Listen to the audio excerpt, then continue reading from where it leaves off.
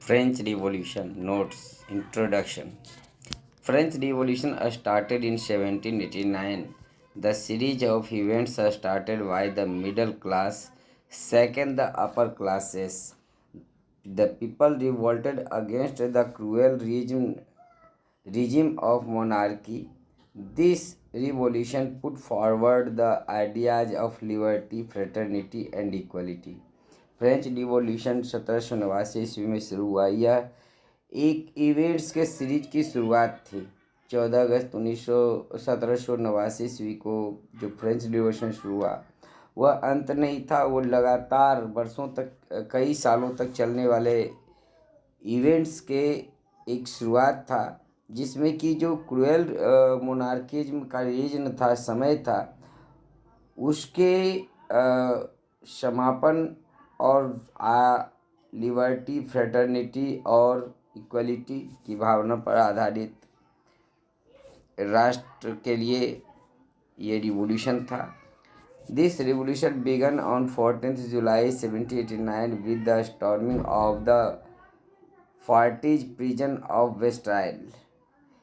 ये रिवॉल्यूशन की शुरुआत 14 जुलाई 1779 ईस्वी को हुई, जिसमें कि जो वेस्टाइल का प्रिजन था, जो वेस्टाइल का किला था, जेल था, उसके स्टॉर्मिंग के साथ, उसको ध्वस्त करने के साथ इस आंदोलन की, इस रिवॉल्यूशन का शुरुआत हुआ था।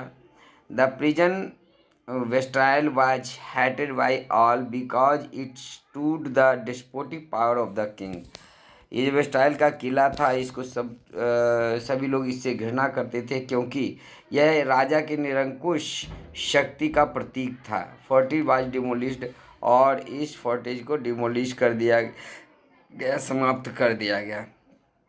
The cause of the French revolution. French revolution के कारण, फ्रेंच रिवॉल्यूशन के कई कारण थे, सामाजिक, आर्थिक, राजनीतिक। इन सभी कारणों को अलग अलग देखना होगा।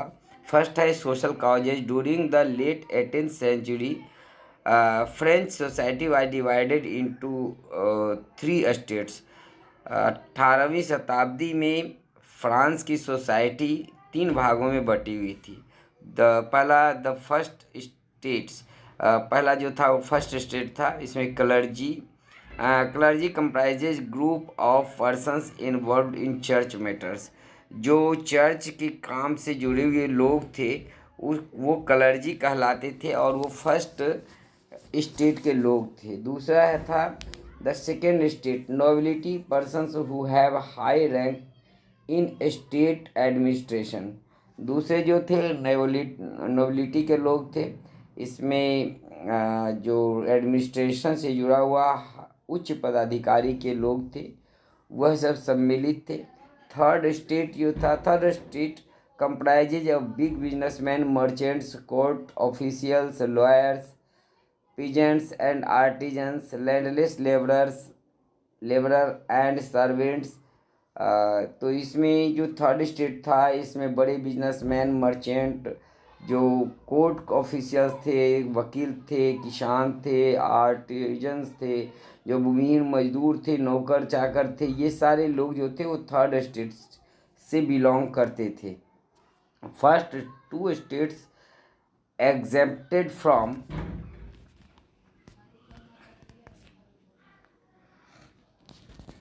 Paying taxes. जो पहले 2 स्टेट के लोग थे वो टैक्स के से एग्जेम्प्टेड थे, बाहर थे, उन्हें टैक्स नहीं देना होता था। दे enjoyed privileges by birth.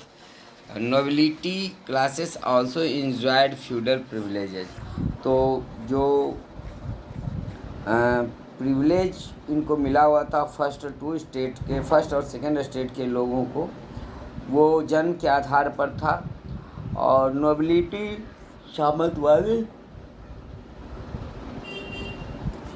सामंतवादी व्यवस्था को भी इंजॉय करते थे। Only the members of the third class और स्टेट हैड टू पे टैक्सेस टू द स्टेट। तो सिर्फ जो थर्ड स्टेट के लोग थे उन्हें ही टैक्स देना होता था, फर्स्ट और सेकंड स्टेट के लोगों को टैक्स नहीं देना होता था। तो राज्य को सिर्फ थर्ड स्टेट के लोगों से टैक्स मिलता था।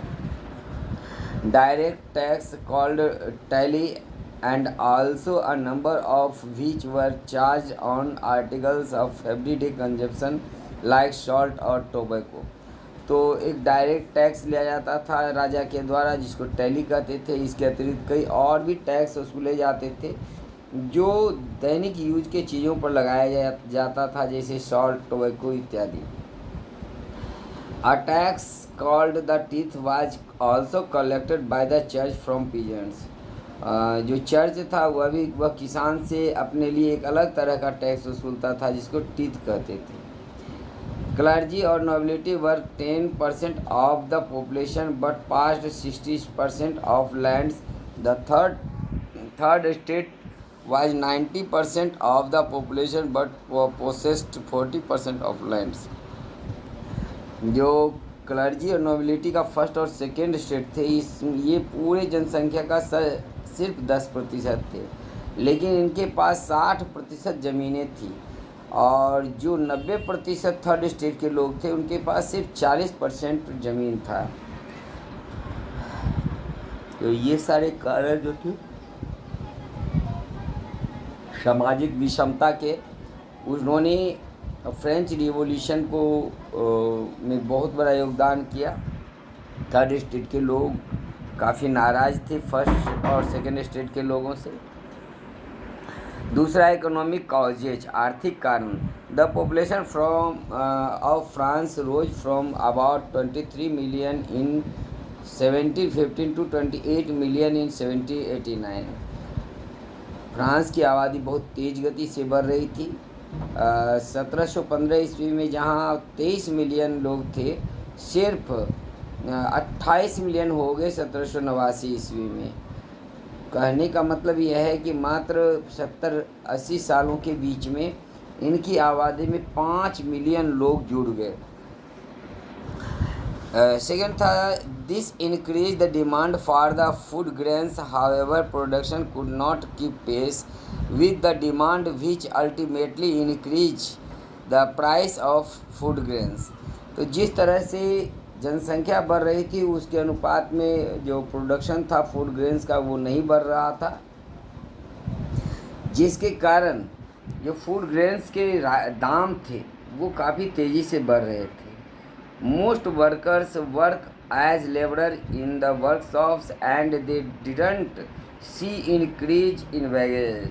ज़्यादातर जो मजदूर थे वह वर्कशॉप में काम करते थे, लेकिन जिस तरह से सामान के दाम बढ़ रहे थे, महंगाई बढ़ रही थी, उस हिसाब से उन्होंने अपने वैगेजेस को, अपने वेतन को बढ़ता हुआ नहीं देखा, यानी उनके वेतन नहीं बढ़ रहे थे।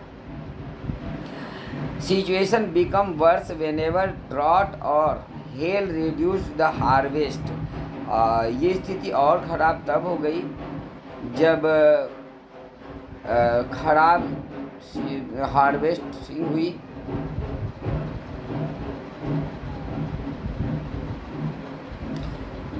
Situation become worse whenever drought और hail reduce the harvest.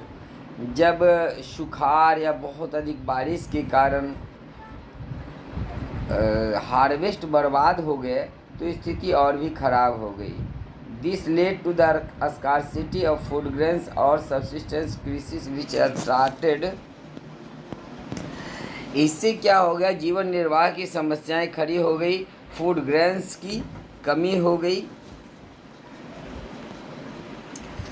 occurring frequently during the old regime।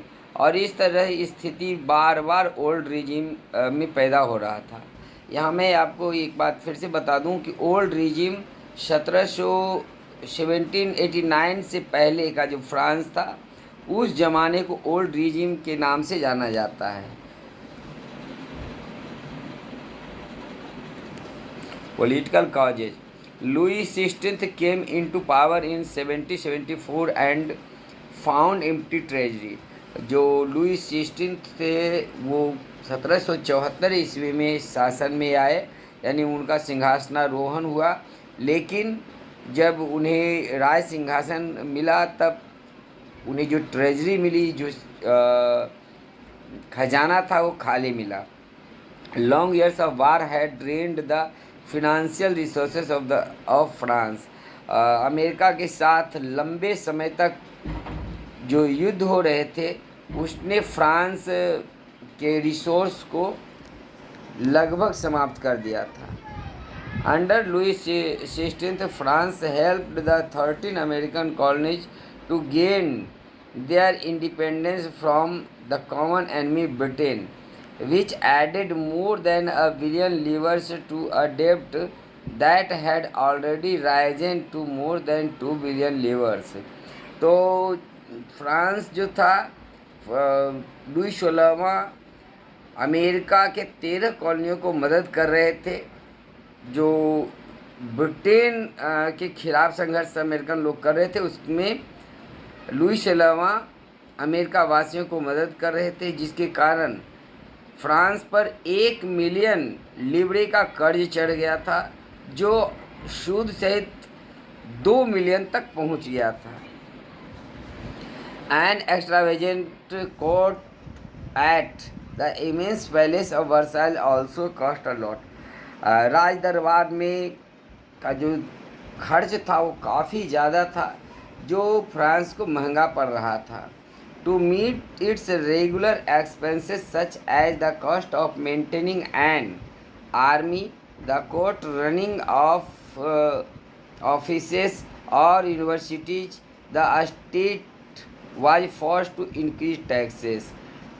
जो वहाँ के रेगुलर एक्सपेंसेस थे और जो कोर्ट चलता था या आर्मी थी या जो ऑफिस रन कर रहे थे, यूनिवर्सिटी जो चल रहे थे, वह इस बात के लिए सरकार को फोर्स कर रहे थे कि सरकार टैक्स बढ़ाए, यानी सरकार को टैक्स बढ़ाने के लिए फोर्स कर रहे थे।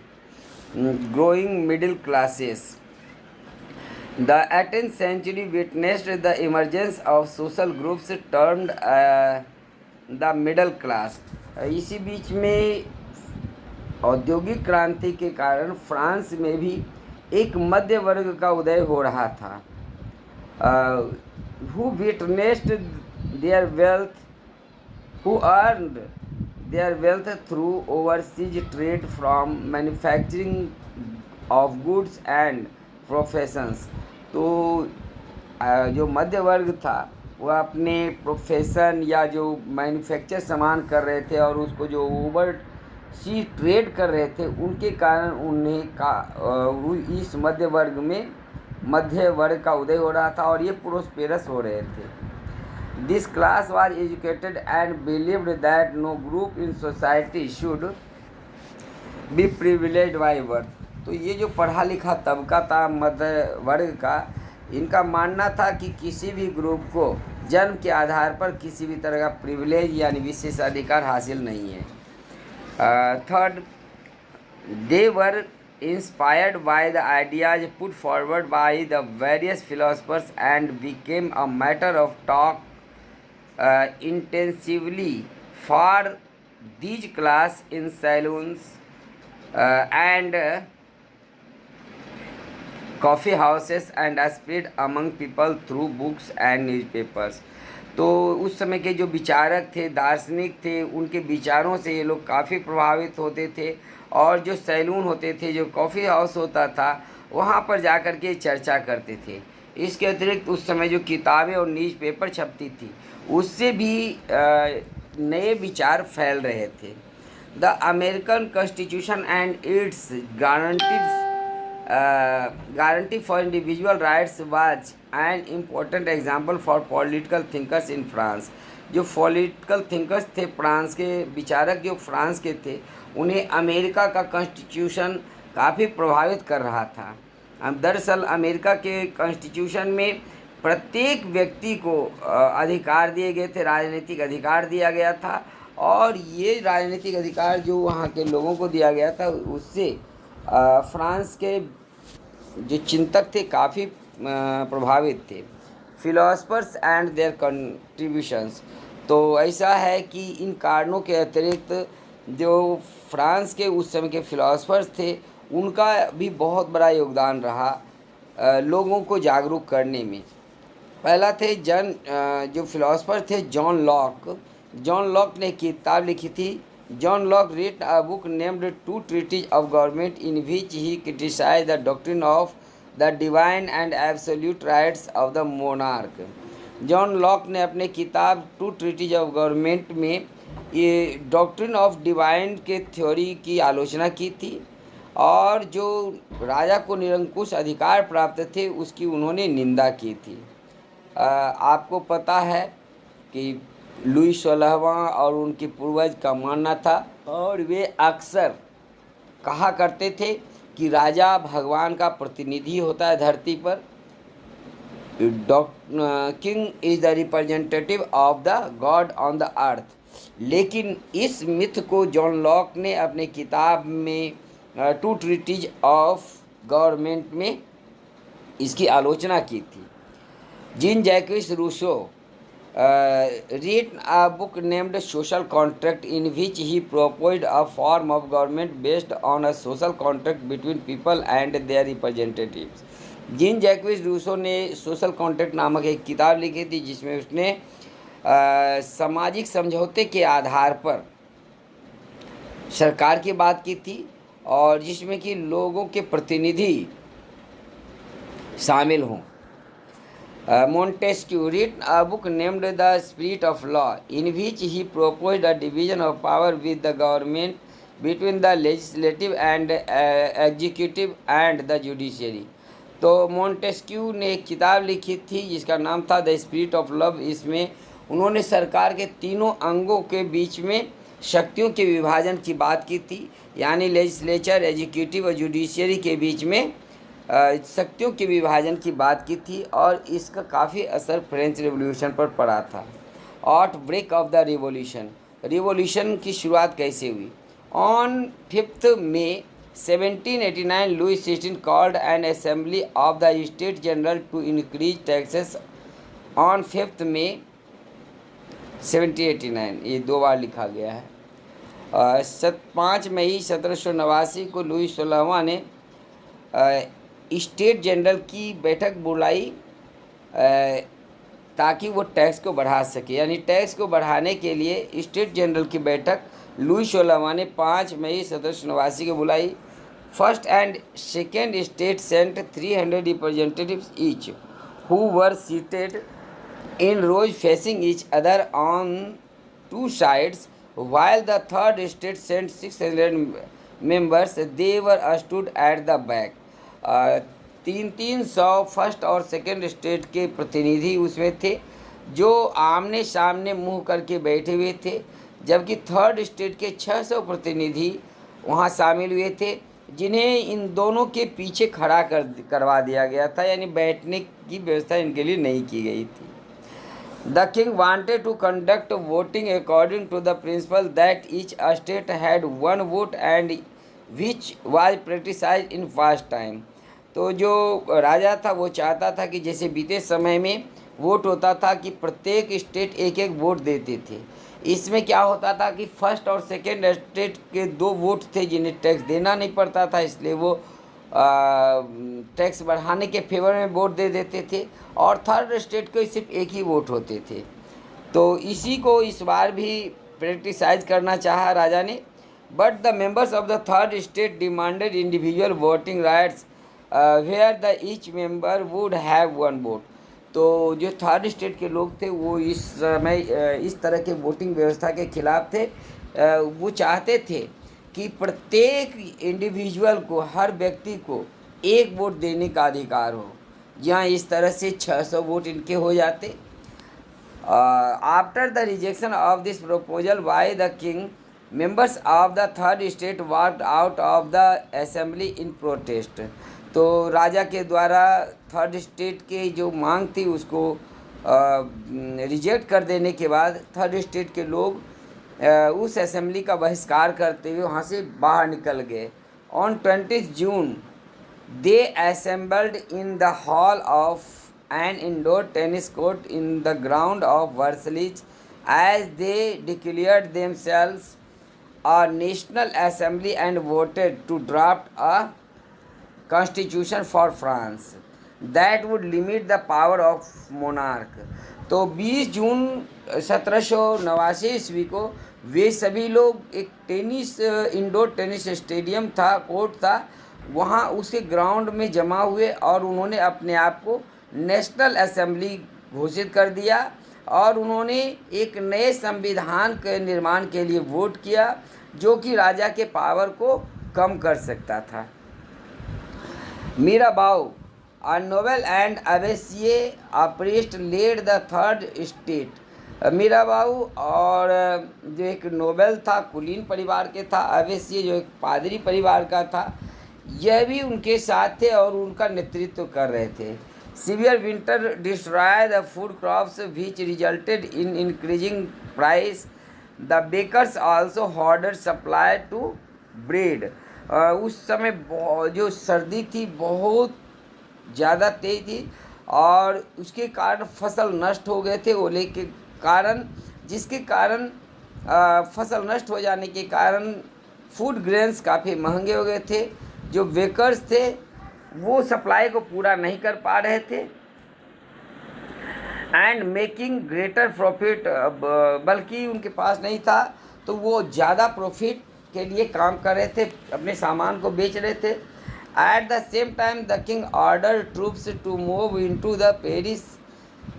The agitated crowd stormed and destroyed the Bastille। इसी समय राजा ने ऑर्डर कर दिया 14 जुलाई को कि वो पेरिस जाए और इसको देखते हुए पब्लिक गुस्सा हो गई और उसने जो वेस्टाइल का किला था उसको तोड़ दिया। The countryside rumour spread from village to village that Lords of manor were on the way to destroy the ripe crops through their hired gangs। जो उस गांव के गांव में यह अफवाह फैलने लगी कि जो लॉर्ड ऑफ मैनर्स हैं, जो जमींदार लोग हैं, वो अपने गुंडों को, भाड़े के टट्टू लोगों को भेज दिया है ताकि वो जा कर के उनके फसलों को समाप्त कर दे, डिस्ट्रॉय कर दे। Due to fear, peasants in several districts attacked the cattle of nobles, looted hoarded grains, and burnt down documents containing records of manorial dues। तो जो किसान थे